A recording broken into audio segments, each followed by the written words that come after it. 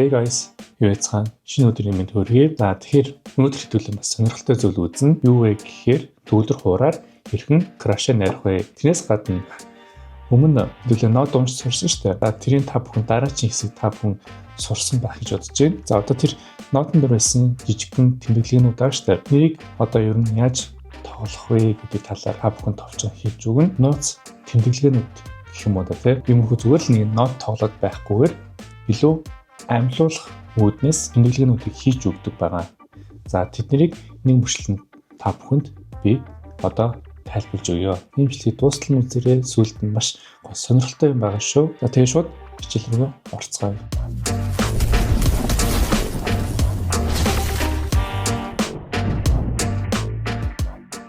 За эхний бидний үзэх юм юу гэхээр өмнөх одоо нот байгаа штэ. Хитүүд гэдэг дээр тэн дээр болохоор энэ харж байна уу? F үсэг байгаа. За би та бүхэн гоё скриншот хийгээд харуулчихъя. За энэ F үсэг нь болохоор юу гэсэн үг вэ гэхээр forte гэж байгаа. За forte нь яадаг юм бэ гэхээр ерөөдөө чанга тоглоно гэсэн үг. Илүү нэг тийм хүчтэй тоглоно гэсэн үг. За одоо нотон дээр чинь дээдлэлт нь нэшил байгааз орсоор подвижно гэсэн. За энэ юу гэсэн үг юм бэ гэхээр одоо илүү хэмнэлттэй сэргэлэн тоглоно гэсэн үг. Төргөн хөдөлгөөнтэй тиймэрхүү тоглоно гэсэн үг. Одоо хөөрхөн жоох хүүхдүүд чинь ямар гоё сэргэлэн байдаг үлээд те. Яг тиймэрхүү гоё тоглоно гэсэн үг. За одоо би та бүхэнд эхний зурсан хэсгээ та бүхэнд тоогож үзүүлье. Одоо подвижно буюу илүү сэргэлэн тэгээд тэр F үсгийг төсөөлөд тоглоно гэсэн илүү чанга сэргэлэн илүү хөдөлгөөнтэй гэсэн үг. За явъя.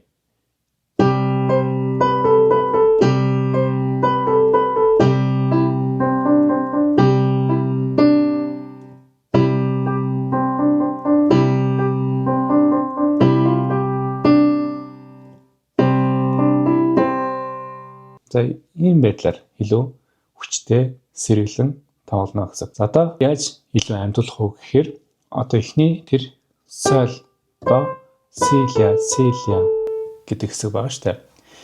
Тэрний одоо доотлолт нь цэг байгаа. Эхний хоёр нотон дээр соль до. Энэ цэг маань ямар учиртай юм бэ гэхээр staccato гэж нэрлэдэг байгаа. Дагаад хэлээрэй. Staccato гэж нэрлэнэ. Юу гэсэн үг юм бэ гэхээр маш богинохон тоглоно гэсэн. Ингээл ойлгоч. Одоо энэ төгөлдөр хуурыг амар тийм нэг бүр час халуун бүр 100 200 градусын усны тийм температуртай байна гэж төсөлж. Тийм мэдээж хүн халуун юм дээр хүрхэр чинь ингээл амар гараа огцсон магадгүй шүү дээ. Яг тиймэрхүү тоглоно гэсэн үг.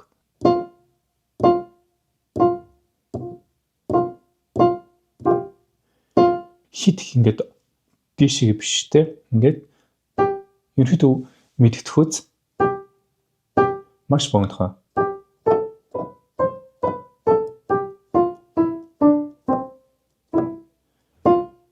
Ингээд дэши өсрэлттэй туулаа өсөрч байгаа юм шиг ингээд ингэж тоглоно гэсэн үг.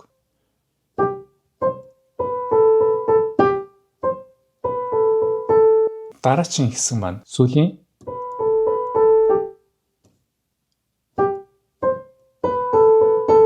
багц сүүлийн доороо ном татсан. Энэ ерөөхдөө бас нөгөө легат гэж нэрлэнэ. Илүү хоорондоо ойрхон холбож тоглоно гэсэн. Огт тасрахгүй гэсэн. Одоо хоорондоо ингээд холбоцсон гиншиг ерөөс ингээд тасрахгүй. Бараг С-гээ дараад С өнгөө авах хооронд нь шууд ля хооронд ингээд зэрэгцээд явж байгаа гэсэн. Одоо ингэж биш. Ингэж. Ерөөдөө хооронд нь холбож тоглоно. Ойлгож байна уу те? Одоо зүгээр энэ тэмдэглэгээг тоглох юм бол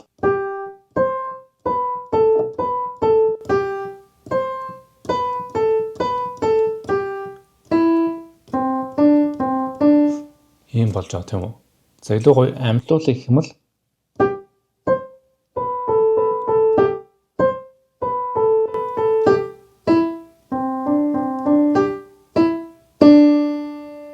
ийм болж ирж байгаа.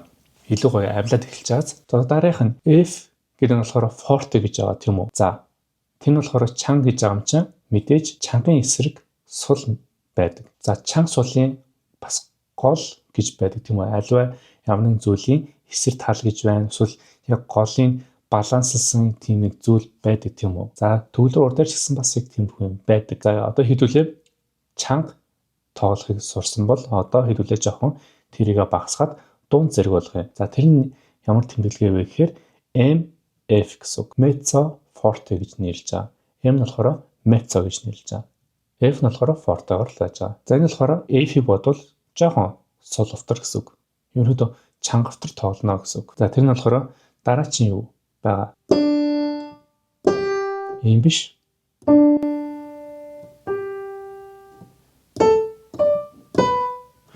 Дуун зэрэг тоглоно гэсэн үг. Тэнгүү та бүхнийг анзарч авах. Цэг байснаа доотлолт нь нөгөө номоор холбосон байна тийм үү? Хоорондоо зэрэг хүрсэн байна тийм үү? Тэгвэл энэ яах вэ гэхээр зүгээр л яг дуун зэрэг хитрхи өсөлттэй биш. Жохон холбос хийгээд тоглоно гэсэн үг. Дараагийнх нь за хэдүүлээ чанга сулыг нэрсэн тийм үү? Одоо тэгэхээр сул гэж байна гэсэн үг. Тэр нь болохоор P үсэг байгаа. За энэ юу гэсэн үг вэ гэхээр зүгээр пиано л гэж нэрлэж байгаа. Зөвлөхөн тоглоно гэсэн үг. Ре, сол, ля, си, ля, ре, си, сол. Ингээд хэрэгтэй бол зөвлөхөн сул тоглоно гэсэн үг. За дараагийн энэ нотон дээр байгаа сүлийн нийт тэмдэглэгээнүүд байгаа. Энэ нотны тэмдэглэгээнүүдийг ярьж байгаа шүү заяа. Тэгэхээр дараачих дээр ингээд part 2 орж магадгүй. Хэрэв та бүхэн хүсэх юм бол доор комент бичээрэй. За тэгээ guys та бүхэн одоо төвлөрөөрийн зарим нэг нэшлүүдийг үзлээ.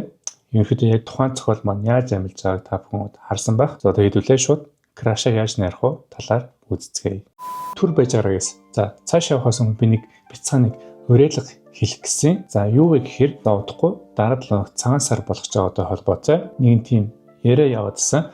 Урдаас хятад бараа захиаллаад хүмүүст бэлэг өгөхгүй байя гэсэн тийм уриалга яваадсан. Тэрэнд нь би нэгдээд хэдүүлээ гоё цагаан сараар үнснийхэн үйлдвэрлэлийг дэмжиж гоё Монгол хүн байна да.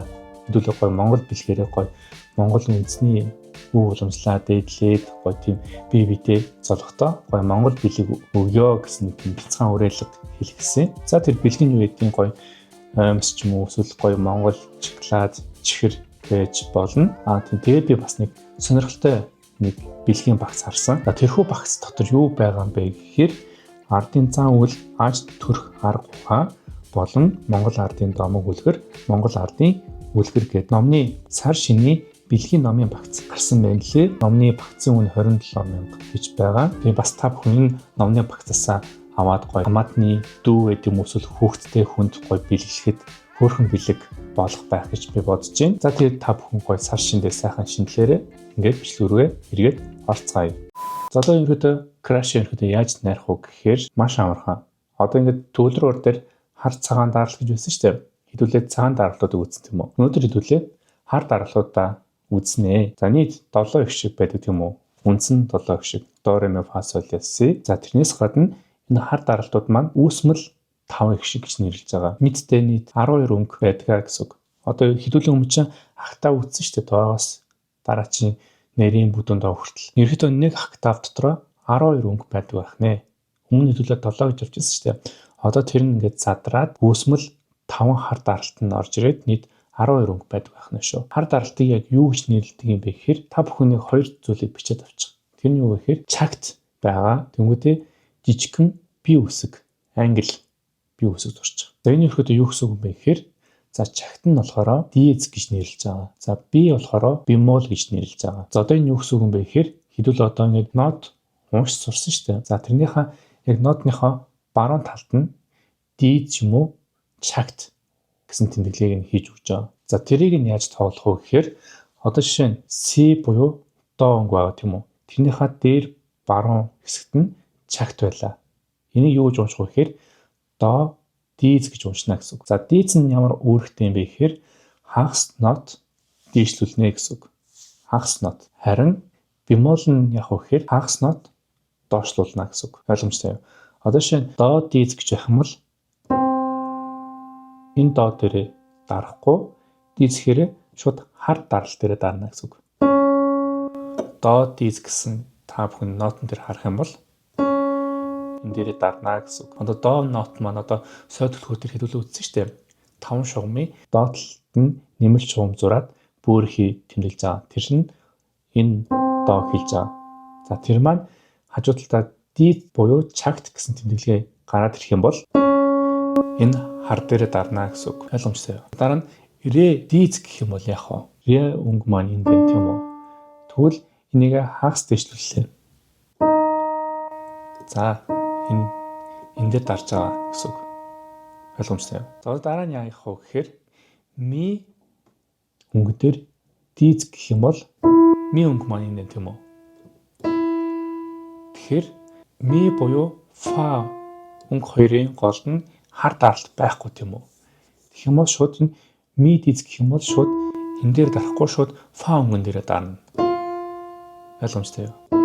Ми дийц гэх юм бол фа өнгөн дээрээ дарна гэсэн үг. За фа дийц гэвэл яг уу энэ дээр дарна. За сойл дийц гэх юм бол сойл маань энэ даамчаа сойл дийц гэвэл энэ хар дээр дарна. За дараа нь ля дийц гэвэл дараагийн хар. За дараа нь си чагт буюу дийц гэх юм бол энэ бас си-с доор шилжих хооронд хар өнгө байхгүй юм чинь шууд доо дээрээ дарна гэсэн үг. Энэ бас ми дийц өнгө дуурж байгаа гэсэн үг. Доо өнгө биш ми дийц биш си дийц шүү. Ойлгомжтой. За одоо эсэргээрээ бемол гэвэл яах вэ? Си бемол гэх юм бол си өнгө маань энэ дээ тийм үү? Тэгвэл энийг нэг хагас доошлуулна. Тэгэхээр энэ хар дээр ирнэ гэсэн үг. Си бемол.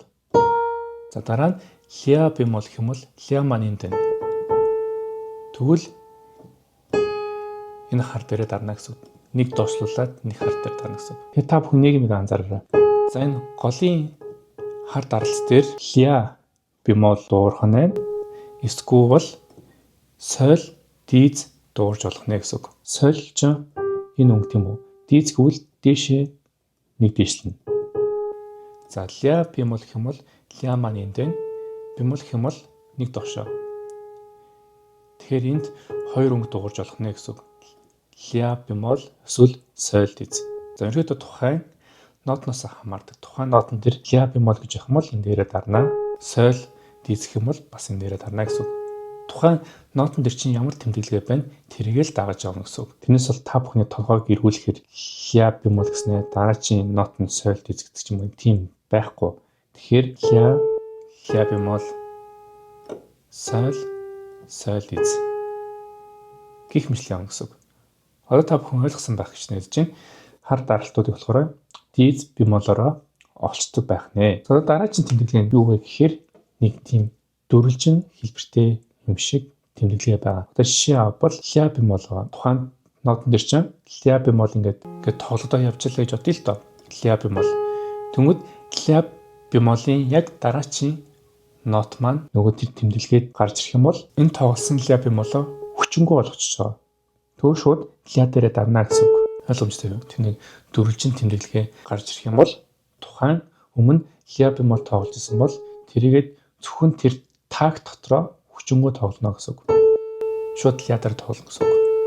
Энэ дөрвөлжин тэмдэглэг нь зөвхөн такт дотроо гарч ирдэг. Тэрнээс биш бүхэл бүтэн зохиол дуусан тусдал гарч ирэхгүй. Зөвхөн тухайн тактн дотроо үйлдэлдэг байгаа шүү. Дөрвөлжин одоо хүчингү болгож байгаа гэсэн тэмдэг байгаа. За эхэндээ бол та бүхэн ойлгохгүй гэж магадгүй. Та бүхэн явандаа бие дагаад нот уншаад яваад ах юм бол ер нь аяндаа сураад явчихна гэсэн үг. Тэмдэглээнүүд нь маань ийм байна. За одоо хэрхэн крашыг нарих вэ гэдэг талаар нэг бяцхан бичлэг үзцгээе.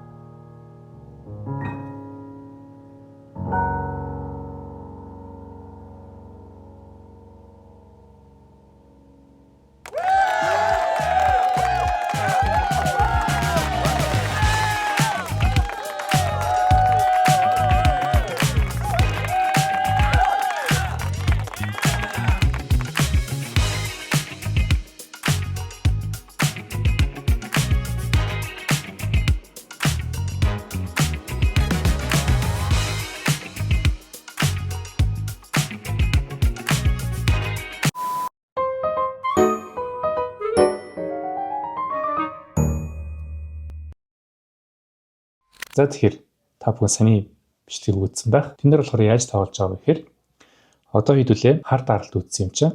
Одоо зөвхөн энэ хар даралтуудаар тоглоно гэсэн үг. Та бүхэн яаж тоглож болно? Өөртөө ингэж зохиогоо тоглож болно гэсэн үг.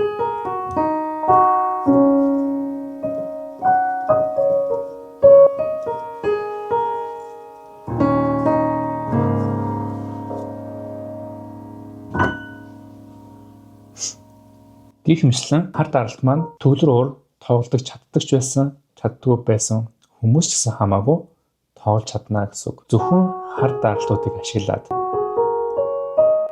Яг тэгвэл айгуу гоё сонсогч байгааз айлгуутай. За хэдүүлээ цагаан даралтуудаа цуулаад нэг тоглож үзье.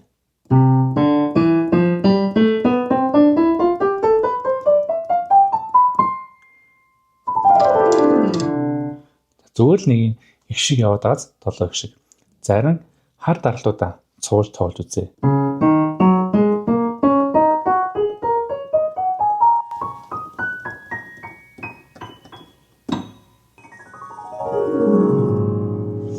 За илүү нэг тийм гоё цагаан даралтаа бодвол илүү гоё уянгалаг сонсогч байгааз. Тэгэхээр та бүхэн зүгээр л хар даралт дээрээ гоё ингэ зүүн гар нөгөө октаваа бариад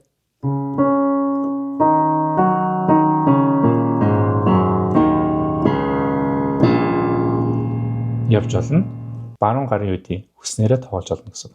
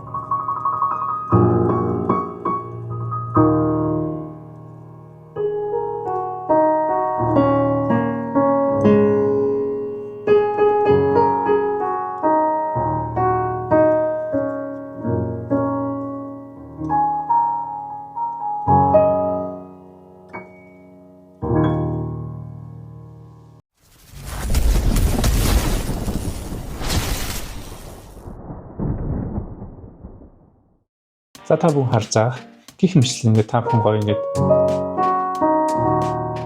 зөөр гоё нэг цоогоол хамаагүй ингээд дараал тоглох юм бол та яг бүр мэржлийн юм шиг тоглож байгаа юм шиг харагдана гэсэн. Мөн давхар таваас краша нэрээд авчирна гэсэн. За тэгээ guys өнөөдрийн бичлэг та бүхэн таалагдсан байх гэж найдаж байна. Бүгдээрээ гоё эрчцээ бүртгүүлээд лайкаа дар subscribe хийгээд дэмжээрэй. Тэгээ дараагийн бичлэгээр уулзлаа. Түр bye guys. Peace out.